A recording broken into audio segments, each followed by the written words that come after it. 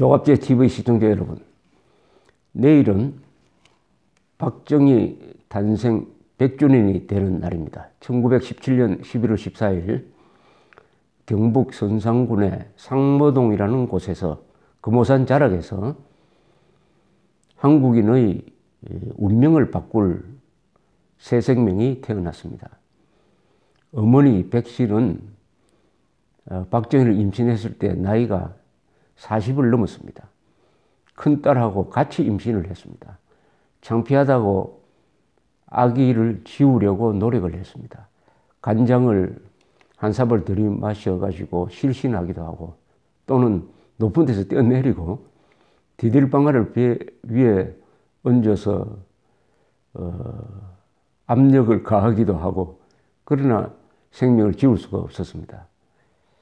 그날 태어난 박정희는 어머니의 특별한 귀여움을 받았습니다. 그리고 당시로서는 드물게 국민학교를 졸업하고 대구 사범학교에서 5년 동안 거의 군사교육에 가까운 엘리트 교육을 받았습니다. 당시의 성적은 별로 좋지 않았습니다. 한 번은 꼴찌를 한 적도 있습니다. 그리고 문경도 산골이죠. 문경의 보통학교 교사로 부임을 해서 3년 동안 아주 따뜻한 교사로 일하다가 만주군관학교에 들어갔습니다. 만주군관학교에서 성적이 좋아서 우선 성적으로 졸업한 다음에는 일본 육사에 유학을 해서 일본 육사에서 2년을 마치고 만주군에 복무를 하다가 해방을 맞았습니다.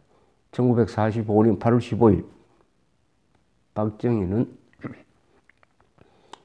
이 북경 북쪽의 열하성에서 해방을 맞았습니다. 그리고 고향으로 돌아왔습니다. 시리에 빠져서 한 1년 동안 방황하다가 1946년 9월에 다시 조선경비사관학교로 들어가서 육사 2기로 졸업을 했습니다. 그러니까 이분은 사관학교를 세 번 다녔습니다. 만주군관학교, 일본 육사, 그리고 한국의 조선경비사관학교. 이분의 반듯한 모습은 교사였고 또 교육을 오랫동안 받은 사람입니다. 그리고 교육을 중시한 사람이죠. 저는 박정희를 교사, 군인, 혁명가, 위대한 행정가였다, 이렇게 생각을 하는데 그 바탕은 교사입니다. 박정희는 항상 가르치려는 사람이었어요. 가르치려는 사람은 부하를 그냥 부리는 사람과는 출발이 다릅니다. 가르치는 사람은 마음속에 부하를, 국민을 사랑하는 마음이 있어야 됩니다. 인간애가 없으면 가르칠 수가 없어요. 가르치려는 마음도 생기지 않는 것입니다. 박정희는 교사적 품성을 바탕으로 해가지고 위대한 CEO로서 대한민국을 18년 동안 이끌면서 최단기간 내에 최소한의 희생으로 최대의 업적을 남겨가지고 오늘날 이런 대한민국을 만드는 데 결정적 역할을 했습니다. 그러나 그 집안은 아주 불행했습니다. 큰 형은 사회주의에 빠졌다가 1946년 10월의 대구 폭동에 가담했는데 사실은 적극적 가담자는 아니었습니다. 그러나 진압경찰에 의해서 피살되었습니다. 잘 아시다시피 박정희 대통령의 부인은 북한 간첩에 의해서, 암살자에 의해서 피살되었습니다. 본인은 부하에 의해서, 그것도 같은 고향, 가장 아끼던 김재규에 의해서 피살되었습니다. 그분의 따님은 지금 선동에 의해서 일어난 탄핵 정변에 직면해서 대통령직에서 밀려나는 것으로 끝나지 않고 지금 감옥에 가 있습니다. 그 재판도 너무나 무리하게 진행되고 구속 연장이 또 되는 바람에 본인은 재판에 불응하고 있습니다. 과연 민족을 굴종과 가난에서 구출한 위대한 근대화 혁명가 박정희의 딸을 지금 감옥에 가두어 놓고 그 따님이 아버지의 100주년 되는 생일을 감옥에서 보내도록 하는 게 이게 한국인의 도리인가? 이게 한국인의 성격인가?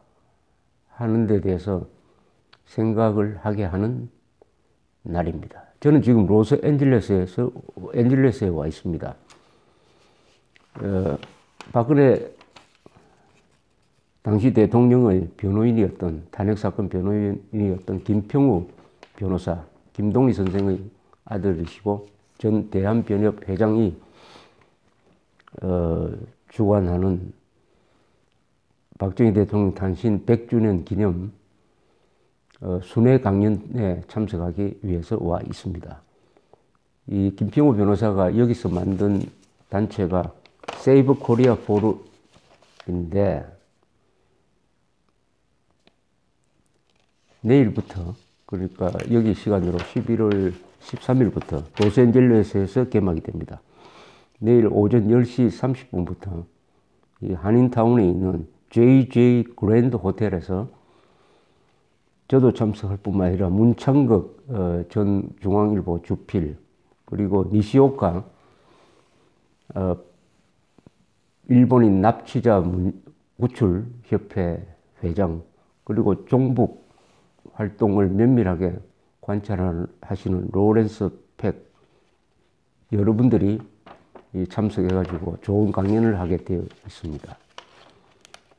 어제 도착해서 이 준비한 자료를 받았습니다. 여기 서문에서 김평우 변호사는 이렇게 쓰고 있습니다. 2000년 동안 중국 대륙의 동쪽 끝에 붙은 척박한 반도 땅에서 게으름과 가난을 숙명으로 알고 살던 우리 한국 민족에게 하면 된다는 자신감을 심어줘 선진국이 100여 년에 걸쳐 이룬 산업화, 공업화를 단 12년 만에 이룩하는 한강의 기적을 이루신 분 박정희. 우리 민족의 역사를 새로 쓴 이 민족의 영웅, 구구의 영웅이 태어난 지 100년이 되는 이날을 맞아 심포지움 자리를 마련했다. 이렇게 시작을 하고 있습니다. 이번 심포지움의 주제는 쿠바디스 코리아, 한국 어디로 가나 입니다. 라고 김평우 변호사는 말하고 있습니다. 읽어보겠습니다. 이 주제가 말해주듯이 2017년 오늘 현재 한반도는 정치, 군사, 외교면에서 한치 앞을 내다보기 어려운 극심한 혼란과 위기 상태에 빠져 있습니다. 북한은 김일성의 3대 세습 독재가 70년간 이어지면서 핵폭탄과 ICBM으로 중무장을 하여 세계 최대 강국 미국과 직접 죽느냐 사느냐의 맞대결을 벌이고 있고, 남한은 언론, 국회, 사법, 노조가 총동원되어 탄핵 정변을 일으켜 국민이 뽑은 박근혜 대통령을 몰아내고 문재인을 대통령으로 세워 완전히 새로운 한국 역사를 쓰려고 하고 있습니다. 문제는 우리 자신입니다. 김평우 변호사의 서문입니다. 조위처한 이 역사적 전환 시점에서 고개를 땅에 박고 두 눈만 굴리며 역사의 방관자가 될 것인지, 아니면은 고 박정희 대통령의 애국심을 본받아 우리의 후손이 편안히 잘 사는 한반도가 되도록 나의 조그마한 힘이나마 보태는 역사의 동참자가 될 것인지를 선택해야 합니다. 저는 이 말이 아주 마음에 듭니다. 역사의 방관자가 될 것인가, 아니면 역사 동참자가 될 것인가 하는 질문을 이 미주에서 열리는 탄신 100주년 기념 행사가 던지고 있습니다. 역사의 방관자냐, 역사의 창조자냐 하는 것은 말하자면 여러분의 선택입니다. 사실은 여러분의 선택입니다. 이 발표문에서 문창극 전 국무총리 지명자 그리고 중앙일보 주필은 이렇게 이야기를 합니다. 4.19를 빌미로 해가지고 역사에서 이승만을 지운 것처럼 박근혜 전 대통령 구속을 빌미로 해가지고 지금 박정희 지우기가 이루어지고 있다. 대한민국의 두 기둥은 이승만과 박정희다. 자유민주주의와 번영이다. 이 두 기둥이 이제는 부정당하게 되었다. 자유와 번영을 부정하는 세력이 기획한 촛불 집회에 많은 사람이 그 의도를 모른 채 가세했다. 국회, 사법부, 언론, 심지어 보수 정당까지도 이 이승만, 박정희 지우기 운동에 가세했다. 그러니 대한민국이 위태로운 것이다.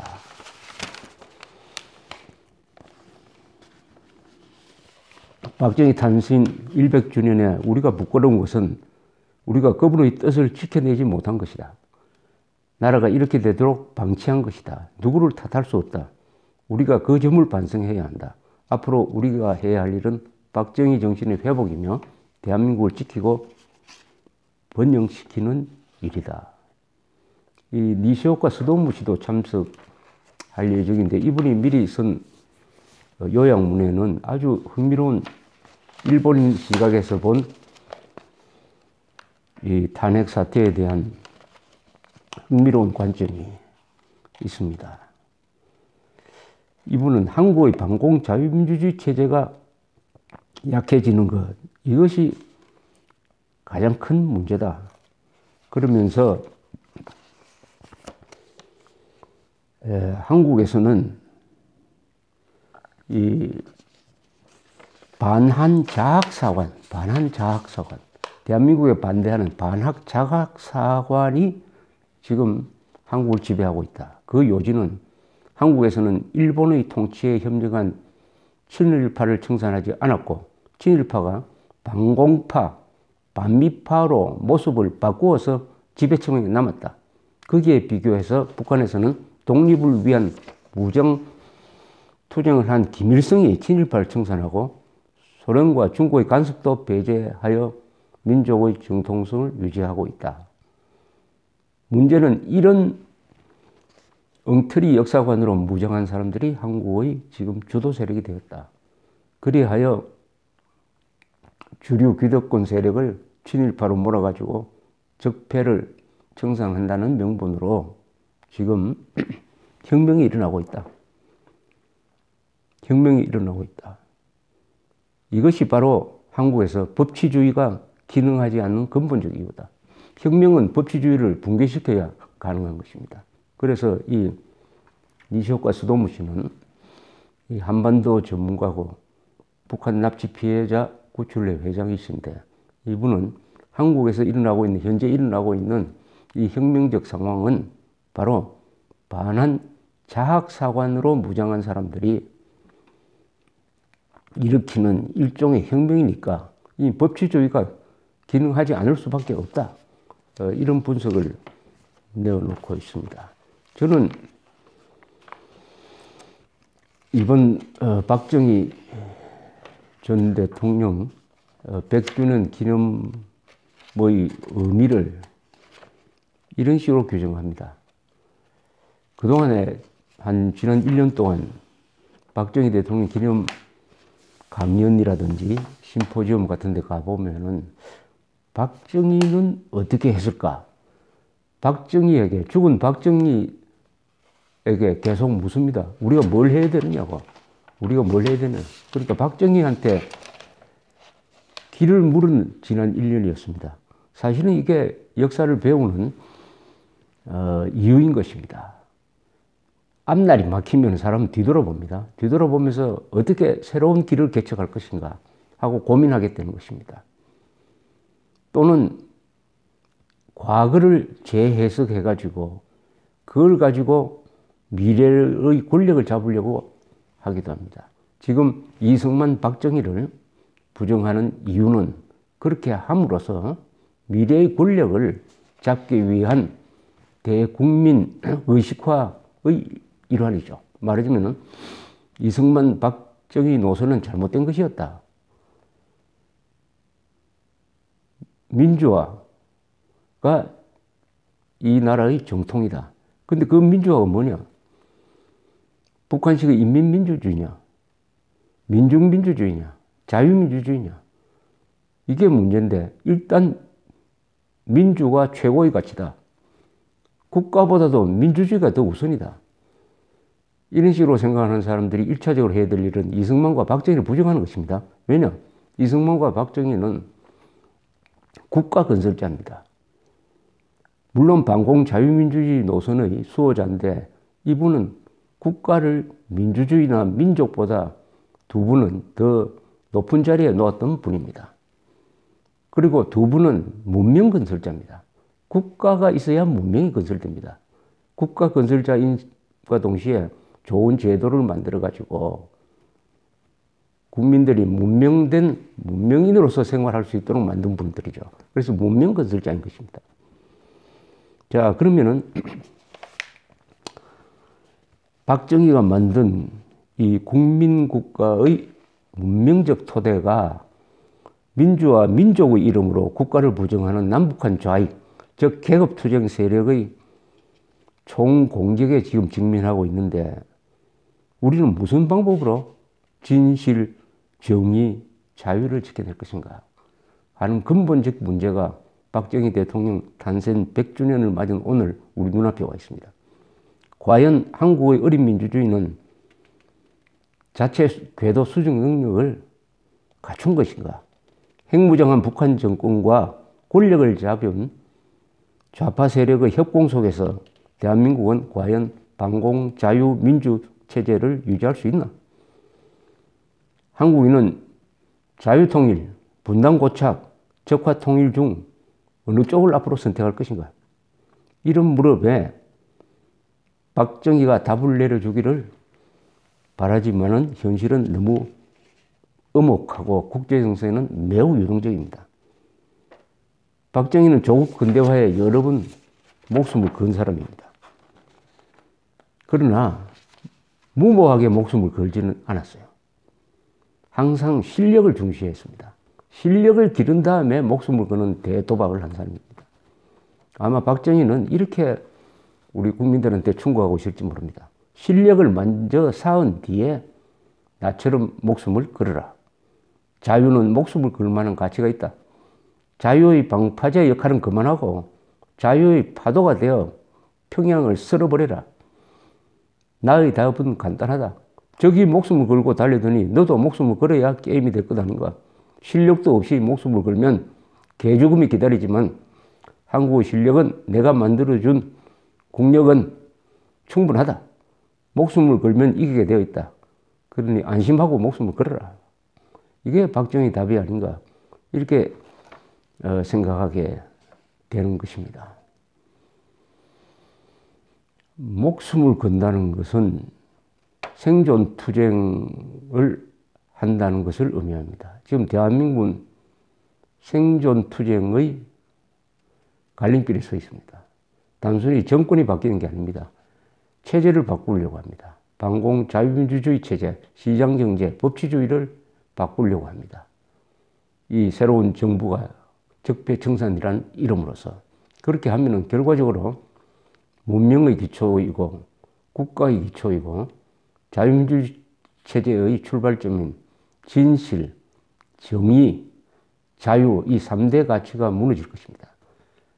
그 속에서 인간으로서 생활하려면은 노예처럼 살든지 아니면은 권력자처럼 권력을 남용하면서 살든지 해야 합니다.